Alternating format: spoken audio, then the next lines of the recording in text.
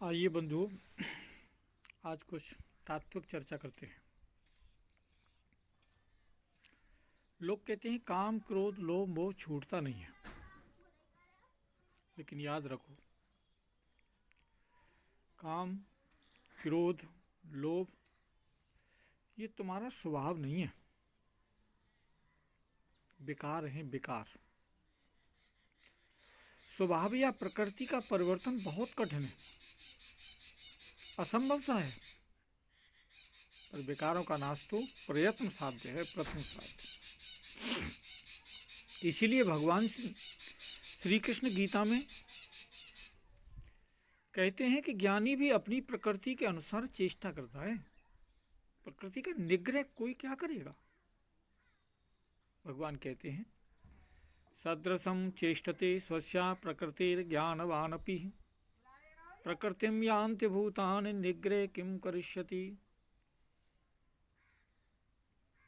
पर साथ ही काम क्रोध लोभ को आत्मा का पतन करने वाले और नरकों के त्रिविध द्वार बतलाकर उनका त्याग करने के लिए भी भगवान ने कहा। भगवान कहते हैं, त्रिविधम नरकस्येदम द्वारम नासनमात्मना। त्रिविधम नरकस्येदम द्वारम नासन मात्मनः कामः क्रोधस्तथा लोभस्तदा तृतीयम त्यजेत। त्रिविधम नरकस्य द्वारम, ये तीन नरक के द्वार। काम क्रोधस्तथा लोभस्तस्माद् तत्रयम त्यजेत। इससे सिद्ध है कि ब्राह्मण क्षत्रिय वैश्य शूद्र, ये जो प्रकृति है, इस प्रकृति का त्याग बहुत ही कठिन है। पर काम क्रोध आदि जो विकार हैं, उनका त्यागना कठिन नहीं है।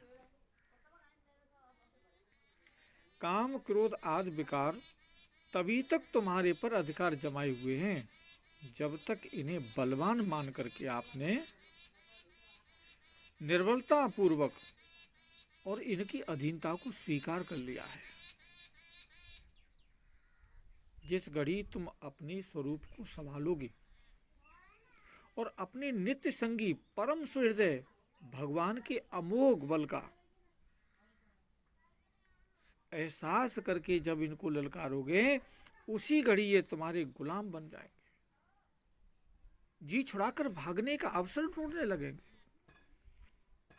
याद रखो, ये विकार तो दूर रहे, जिनमें इन्होंने अपना अड्डा जमा रखा है, जहां अपना साम्राज्य ये स्थापित करते हैं, विस्तृत करते हैं, वे इंद्रियां मन भी तुम्हारे अनुचर हैं, तुम्हारी आज्ञा का अनुसरण करने वाले हैं, पर तुमने उनको बड़ा प्रबल मान रखा है, अपने को उनका गुलाम बना रखा है। इसी से वे तुम्हें इच्छा अनुसार नचाते और दुर्गति में गिराते रहते हैं। जितने भी बुरे कर्म होते हैं, उनमें ये काम क्रोध विकार ही प्रधान कारण हैं। यही तुम्हारे प्रबल शत्रु हैं, जिनको तुमने अपने अंदर बसा ही नहीं, लेकिन इनको पालन पोषण करने में, इनका संरक्षण करने में ब्रह्मवश आप अपना गौरव समझते हैं, अपने आप को सुख का अनुभव महसूस करते हैं। ये काम क्रोध लोभ और इनके साथी संगी मान अपमान दर्प दंभ मोह कपट असत्य हिंसा, ये दोष जब तक मानव जीवन की कलुषित करते रहेंगे, मानव जीवन को बिगाड़ते रहेंगे, तब तक उसका उद्धार होना अत्यंत कठिन है।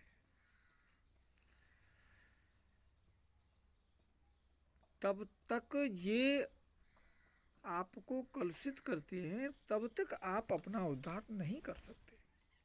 पर ये ऐसे प्रबल हैं कि प्रयत्न करने पर भी सहज में जाना नहीं चाहते। हाँ?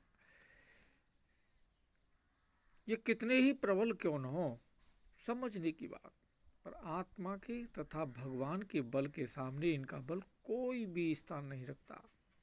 जैसे सूर्य की एक किरण निकलने पर ही अंधकार का नाश होने लगता है, वैसे ही भगवान की शक्ति के प्रकाश का अरुणोदय इन्हें तत्काल नाश कर डालेगा। उसके सामने ये खड़े भी नहीं रह सकते। आत्मा तो तुम्हारा स्वरूप ही है। भगवान उस आत्मा की भी आत्मा है। आत्मा के साथ उनकी सजातीयता है, एक आत्मता भी है। अनुभूति होने पर की देर है। जब आपको अनुभूति होगी तो आप एकात्मता हो जाएंगे। फिर इन विकारों की सत्ता वैसी ही रह जाएगी जैसी जागने के बाद स्वप्न के पदार्थ की रह जाती है। बंधुओं, आप अपने आप में जागें, परमात्मा की शरण में जाएं, जिससे काम क्रोध रूपी जीवन का अंधकार प्रकाश में बदल जाएगा। आप जानेंगे कि ये हमारे मित्र नहीं, शत्रु हैं। जय श्री कृष्ण, जय श्री राधे।